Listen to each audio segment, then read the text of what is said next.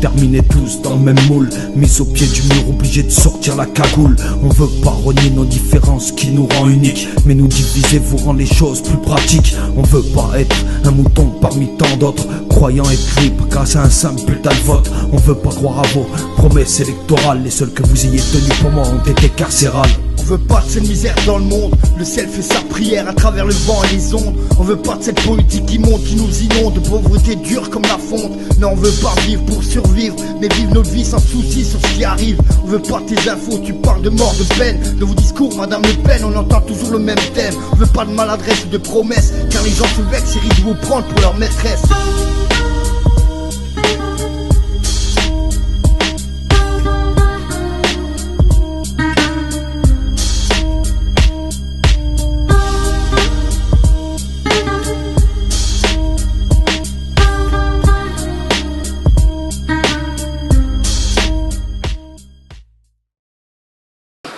Donc voilà, bonjour, moi je me présente, je suis Freddy, je suis un des porte-parole du GAPA. GAPA c'est une organisation, c'est pas un mouvement politique, c'est juste une organisation de personnes qui est consciente de ce qui se passe autour d'eux et qui ont envie de changer un petit peu les choses, et en combattant certains petits trucs qu'on va discuter un petit peu. Donc on a organisé cette réunion afin de créer une information, et on a invité Eric et la FFI, qui ont une alternative assez intéressante et qui nous permettent de pouvoir faire des conférences intéressantes justement au sujet de la sortie de l'Europe et puis différents sujets qu'on va atteindre. Donc je vais laisser à Eric le soin de se présenter lui-même, je pense que ça va être plus simple. D'accord. Voilà. Alors déjà merci à tous d'être venus, et puis merci à Freddy et au GAPA de nous avoir accueillis, de nous avoir invités.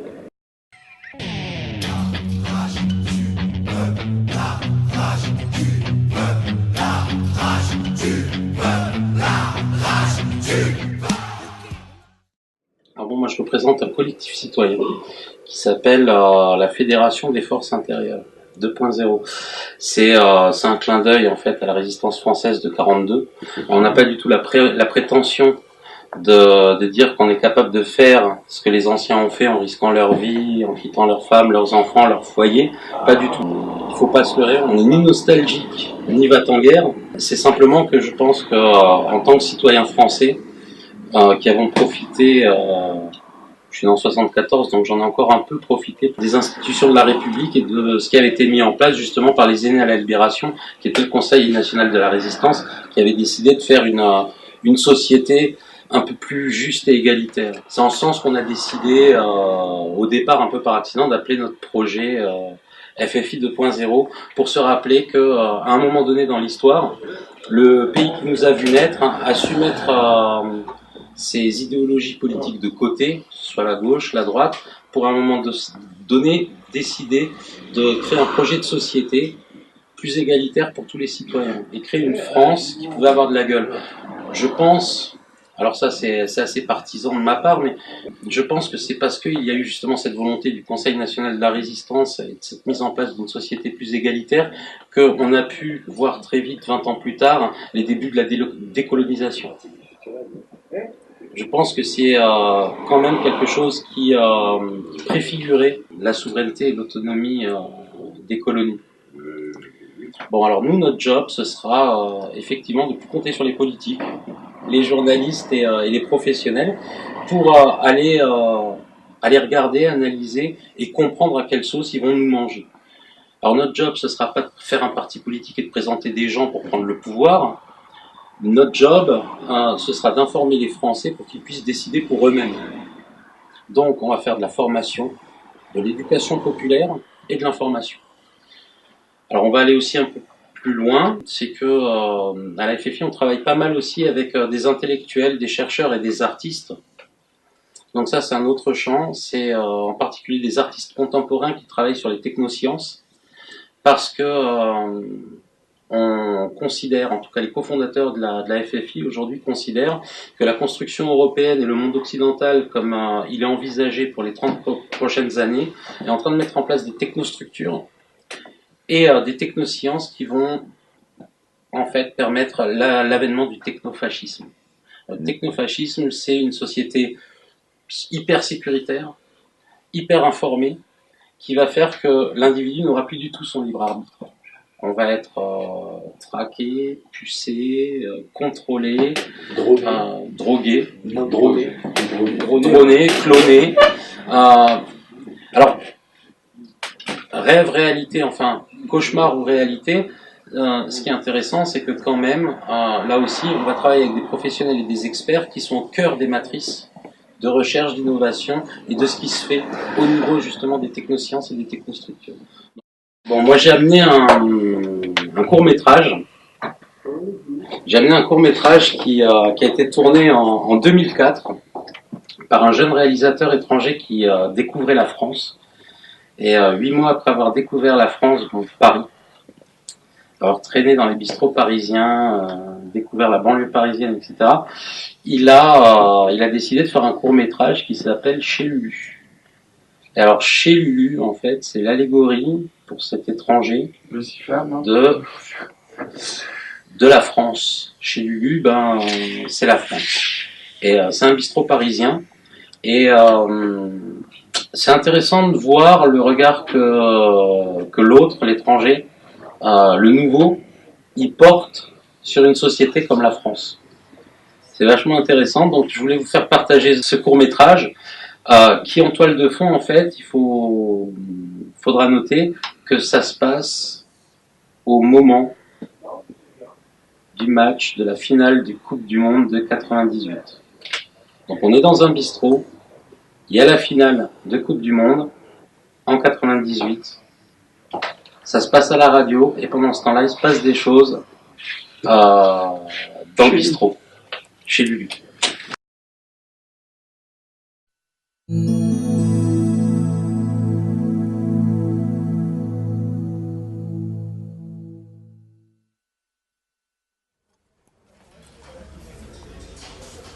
Sois plus aimable avec la clientèle, merde.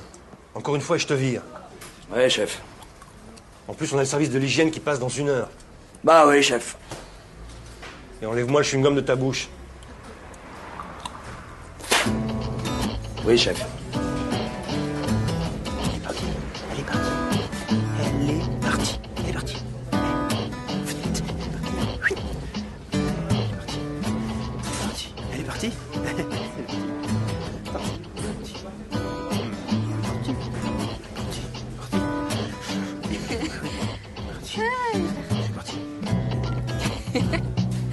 Elle est toujours comme ça, ta copine? Louise, quand je te regarde, j'ai mal.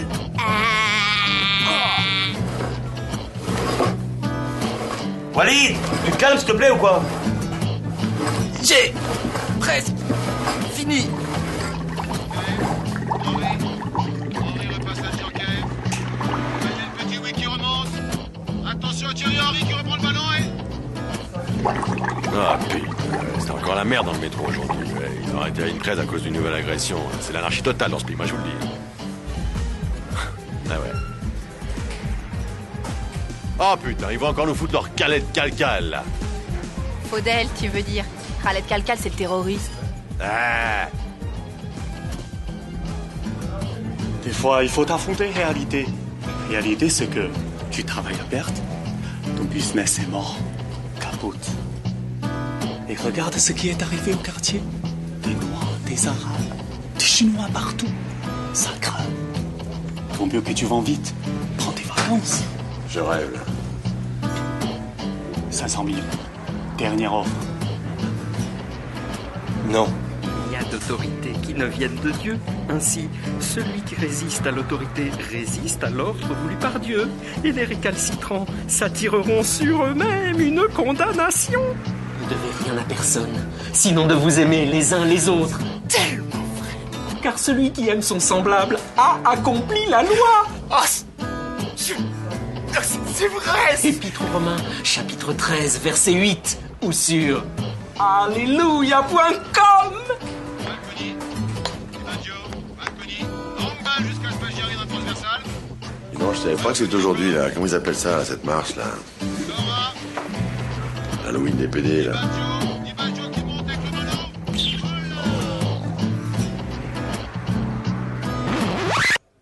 Ah ben, on est gâtés, hein.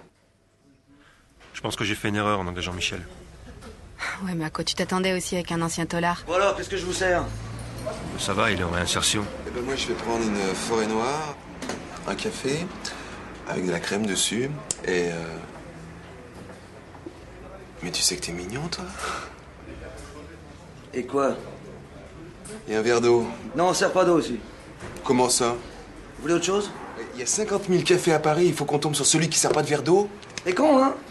Oh, putain. Comment? Ne savez-vous pas que les injustes n'hériteront pas du royaume de Dieu?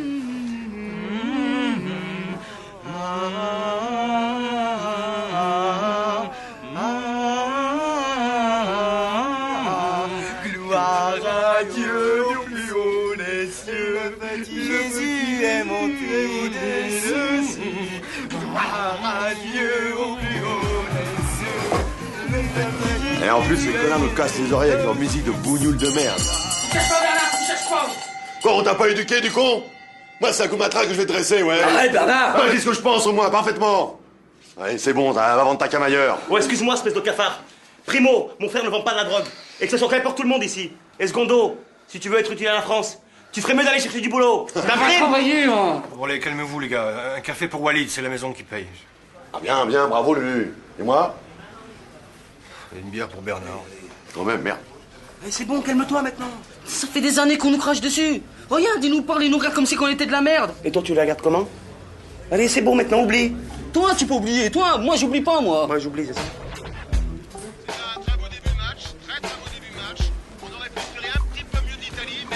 S'il te plaît, Bernard, je veux plus de problème ici. Tu comprends? C'est des jours où je me demandais qui tu es, toi. Comment ça? Attends, enfin, Lulu. Il y a eux et il y a nous, ok? Et là, il y a une limite qui a été franchie. Maintenant, c'est l'alerte rouge. On a intérêt à se préparer, hein. Se préparer à quoi? Mais ouvre les yeux, bordel! Il y a de plus en plus de eux, il y a de moins en moins de nous, hein?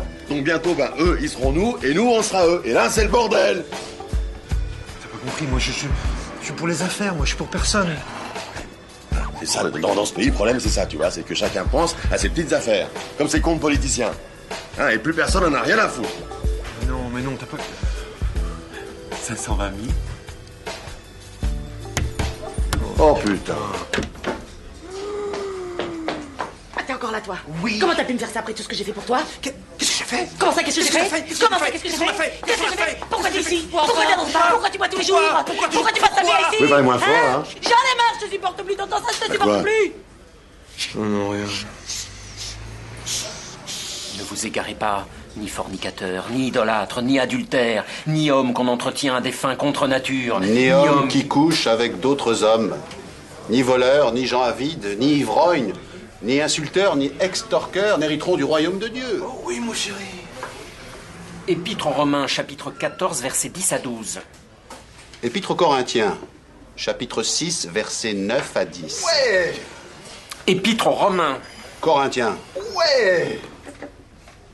Épître aux Romains, chapitre 14, versets 10 à 12, c'est « Mais pourquoi juges-tu ton frère » ou bien « Pourquoi méprises-tu ton frère » Tous, en effet, nous comparaîtrons devant le tribunal de Dieu.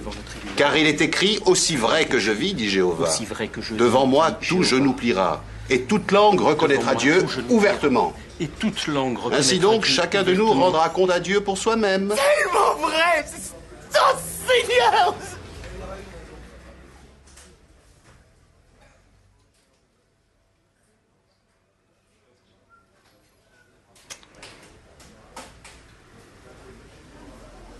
Et dis donc, elles sont bien chaudes les tarlouses, là. Si ça continue comme ça, j'appelle SOS Racisme. Un verre d'eau! Un verre d'eau! J'ai mis son verre d'eau par pitié. Un verre d'eau! Un verre d'eau! Un verre d'eau! Un verre d'eau! Un verre d'eau! Qu'est-ce qu'il y a? Quoi? T'aimes pas qu'on te taille et tu tailles les autres? Allez, calme-toi maintenant. Lulu, il y a un problème avec les toilettes, là, elles sont encore bloquées. Je suis en train d'essayer de faire comprendre à Jackie Chan petite bite un truc qui piche pas, là. Attends, c'est clair que c'est les Français qui sont les meilleurs baiseurs du monde, non? Ah, non. Mathématiques simples montrent le contraire. Il y a 50 millions de Français blancs, on compte pas la colorie. 50 millions de Gaulois d'un côté, et plus d'1 milliard Jackie Chan petit bite en Chine. C'est clair, non? C'est le Chinois, le meilleur baiser du monde, hein? Le Chinois. Même plus ça. J'ai jamais dit ça. plus. Tiens, ton verre d'eau, sur le bar. Oh, le salaud. Il va pas me l'apporter. Moi, Lulu, qu'est-ce qu'ils ont fait à la France de notre enfance?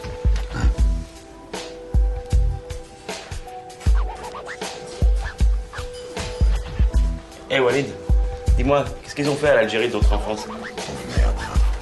Point d'orgie, point d'ivrognerie, point de luxure, ni de débauche. Je dois pisser grave, là. Point de jalousie, au contraire. Revêtez-vous du Seigneur Jésus-Christ. Et ne mettez pas vos préoccupations dans la 540 000 pour satisfaire les convoitises. Mon frère, tu ne penses pas qu'on a assez écouté les mensonges de l'homme blanc depuis des décennies? Et toi, tu avales ça? Mais le mensonge de l'homme noir, t'as oublié ça? Le mensonge de l'homme noir? Demande-leur de te raconter les millions de Noirs morts dans les bateaux pendant les déportations aux Amériques. Et les champs de coton.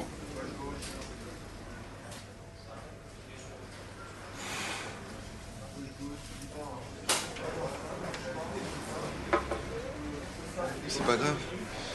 Je l'ai pas dit merci. C'est peut-être Louise, hein? Louise? Bon, qu'est-ce qu'il y a maintenant? C'est papa, ouvre-moi, allez. Allez, j'étais pas sérieux quand je disais que j'allais te virer. Qu'est-ce qu'il y a? T'as pas de nouvelles de Jérôme? Oui, mais il y a des choses plus graves. T'as pissé au McDo, toi? Tiens, je sais que c'est un peu tard, mais j'ai pensé à ton anniversaire, tu vois. Tiens, regarde.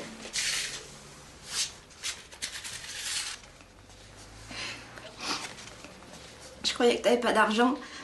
Tu sais, les problèmes d'argent, c'est pas grave. T'es ma fille. Hein? Bon, Louise, faut que j'y aille. Tout à l'heure, maman. L'homme blanc est mauvais, tu sais ça. Certains, oui, mais pas tous. T'oublies les Noirs qui ont vendu les esclaves aux Blancs, hein? Ou encore vos nettoyages ethniques, ou vos dictateurs africains avec leurs comptes en banque en Suisse. Alors tu crois qu'ils sont mieux, nos frères? Ouais, je l'ai lu. Dis-moi, t'as eu ta crise cardiaque aujourd'hui? Celle d'aujourd'hui, non, je t'en remercie. Hey, attention! Non, je dis, je n'en ai rien à faire que tu Dites-moi, mon petit vieux, je consomme dans votre bistrot, je pisse dans votre bistrot. Je ne pisse pas, je ne consomme pas. Merci. Tu m'étonnes pas, l'antillais, hein? Toi, tu as la couleur du chocolat Bounty. Noir à l'extérieur, blanc dedans. Hein, petit Jésus? Ouais, mais moi je suis pas Bouvard Barbès à faire le sorcier vaudou, là, marabout musulman. Tu sais, la religion dangereuse. Comment ça, religion dangereuse? Je te nique, toi!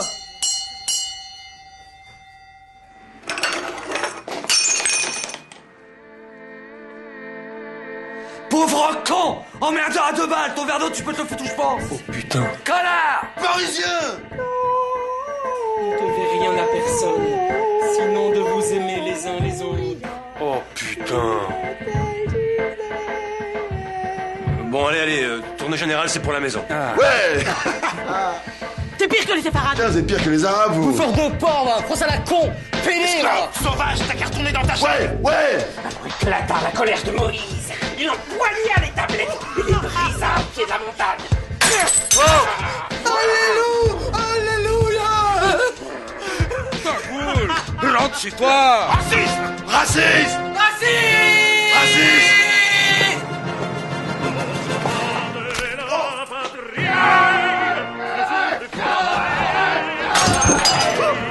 Vas-y, Michel, ouais.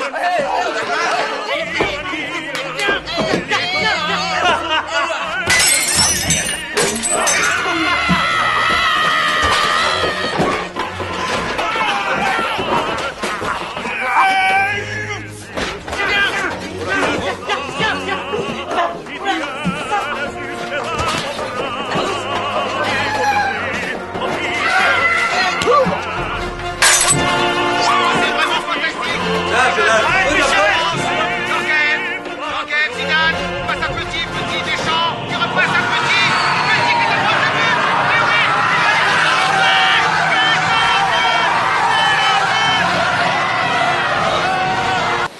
Ah, mais le petit film est pas mal. C'est intéressant de voir comment un étranger peut percevoir et voir à quel point il peut avoir raison. Parce qu'en fait, c'est exactement ça. C'est le principe de communautarisme. C'est ça. Et c'est ce qui nous défend, enfin, c'est ce qui nous détruit. Quoi. Parce qu'on va toujours juger l'autre par rapport à notre communauté, en fait. Donc, on va toujours se croire mieux que l'autre. Et au bout du compte, on se bat et on passe à côté de l'essentiel. Enfin, moi, c'est comme ça que j'ai vu le truc. Quoi, et et le but à la fin. Tout le monde qui s'insulte 5 minutes avant. Et ben là, il y a un arabe qui a marqué un but. Et ben, voilà. Il n'y a plus personne qui est raciste, on est tous français, quoi. C'est un peu bizarre, quoi, ce petit paradoxe qu'il y a en France à l'heure actuelle. C'est que quand les Arabes ils marquent un but pour la Coupe du Monde, tout le monde s'entend bien. Par contre, quand on doit essayer de trouver du boulot, ben, on ne veut pas. Et le petit reportage sur ça est vraiment, enfin, le film est vraiment pas mal. Là, ce que ça soulève aussi comme question, c'est cette question qui a été posée par le ministre Besson il y a quelques années, qui était qu'est-ce que l'identité française. Donc là, je m'adresse directement aux gens du GAPA et aux jeunes de banlieue. La France, avec la République, il est né une idée très importante qui était l'état de droit. Alors, il y a deux idées. D'abord, la nation. La nation, c'est un concept qui est un peu galvaudé aujourd'hui, mais qui au départ était quand même dans la tête, je pense. En tout cas, c'est comme ça qu'on l'a vendu à partir de la Troisième République dans l'histoire. Était une idée du peuple contre l'oligarchie. La nation, c'est pas un gros mot, c'est pas du fascisme, c'est pas Adolf Hitler. La nation, c'est simplement un peuple qui parle une langue, qui a des traditions et qui s'inscrit dans un destin commun, ce qu'on appelle un projet politique. Donc, en particulier en France, depuis la Révolution française, même si il y a eu quelques manquements avant que la Cinquième République apparaisse vraiment et se stabilise, c'était la République. Bon. Alors la République, elle a fait émerger l'état de droit. L'état de droit, c'est considérer que il n'y a pas de force et de pouvoir qui prime sur le droit qui peut être appliqué à tous. Donc, cet état de droit, il était incarné en France par la Constitution. La Constitution, en fait, c'est la loi qui explique quelle sera l'organisation du projet commun de destinée politique de la nation, c'est-à-dire du peuple. Quel type de gouvernement, comment ça va s'organiser, quels sont les droits et les devoirs des gens qui gouvernent, mais aussi des citoyens.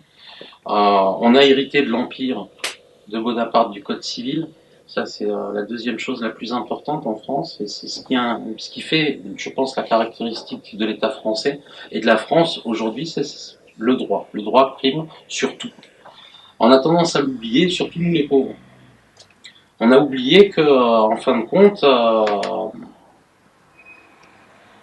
il y a des règles qui ont été inscrites, et que ces règles nous expliquent comment on doit se comporter dans la société et dans nos vies.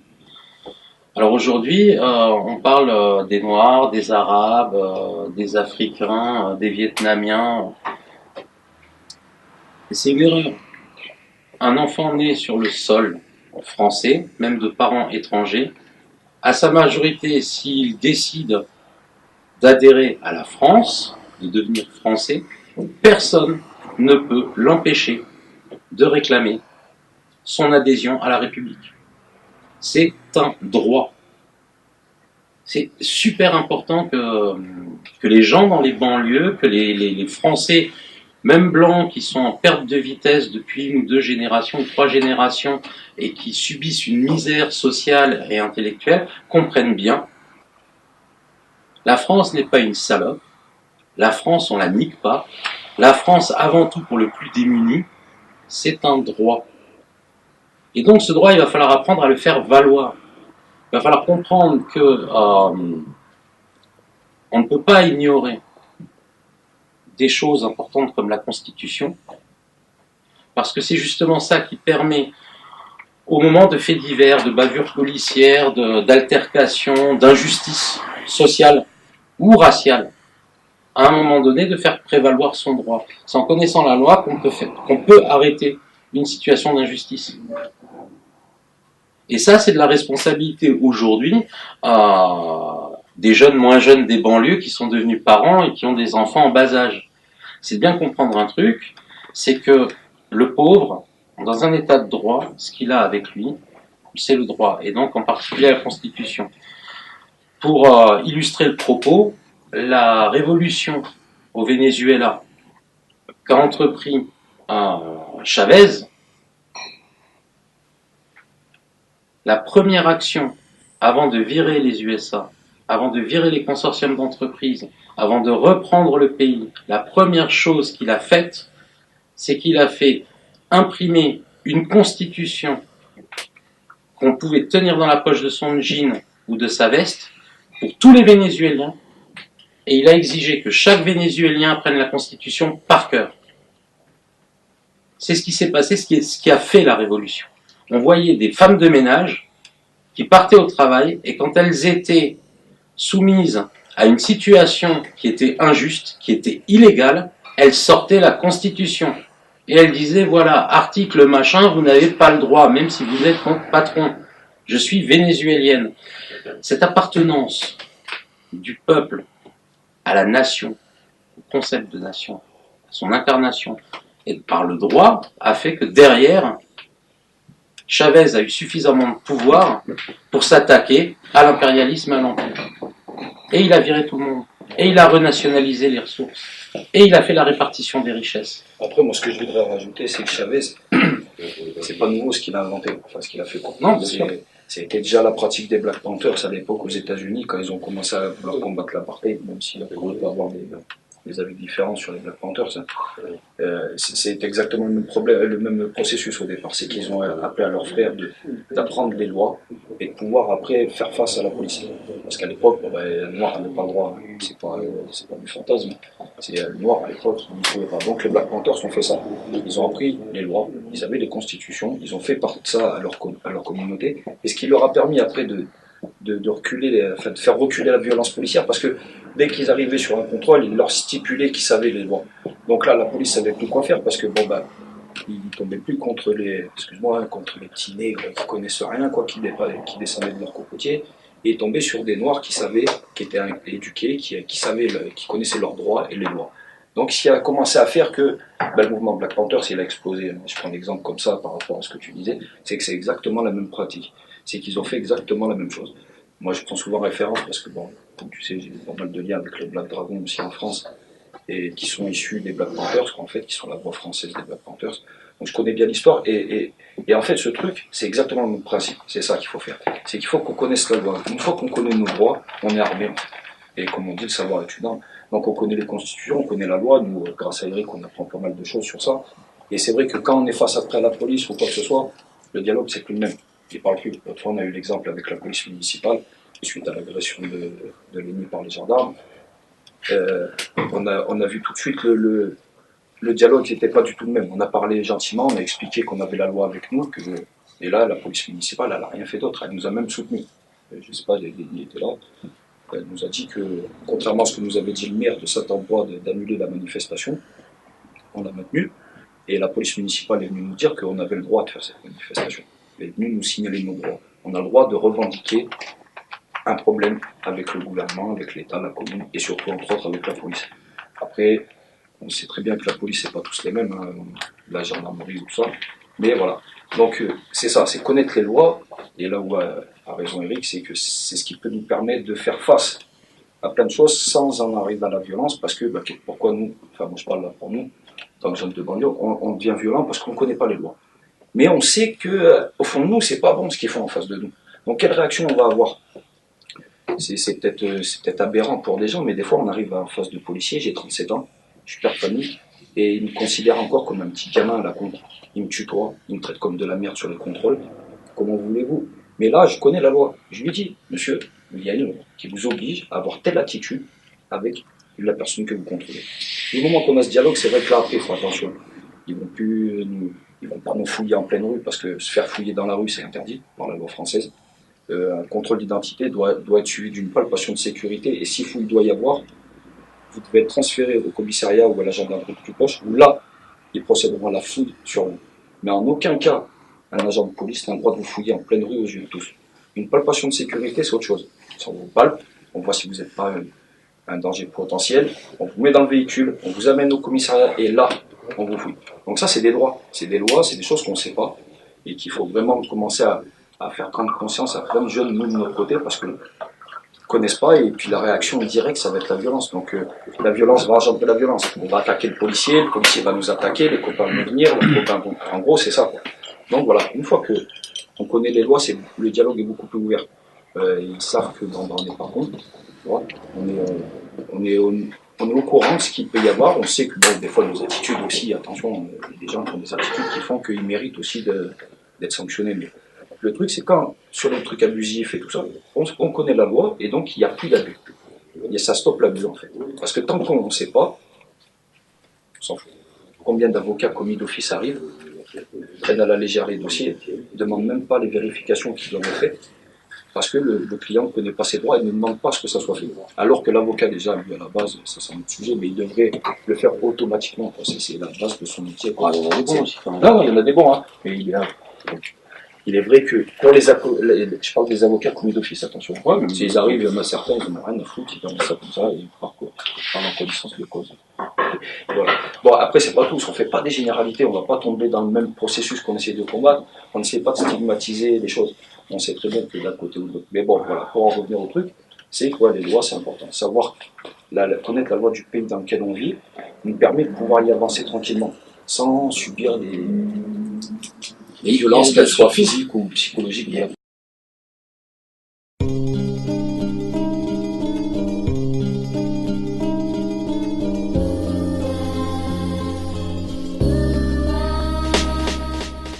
On veut pas terminer tous dans le même moule, mis au pied du mur, obligé de sortir la cagoule. On veut pas renier nos différences qui nous rend uniques, mais nous diviser vous rend les choses plus pratiques. On veut pas être un mouton parmi tant d'autres, croyant être libre grâce à un simple putain de vote. On veut pas croire à vos promesses électorales, les seules que vous ayez tenues pour moi ont été carcérales. On veut pas de cette misère dans le monde, le ciel fait sa prière à travers le vent et les ondes. On veut pas de cette politique qui monte, qui nous inonde, de pauvreté dure comme la fonte. Non, on veut pas vivre pour survivre, mais vivre notre vie sans souci sur ce qui arrive. On veut pas tes infos, tu parles de mort, de peine. De vos discours, Madame Le Pen, on entend toujours le même thème. On veut pas de maladresse ou de promesses, car les gens se vexent et risquent de vous prendre pour leur maîtresse.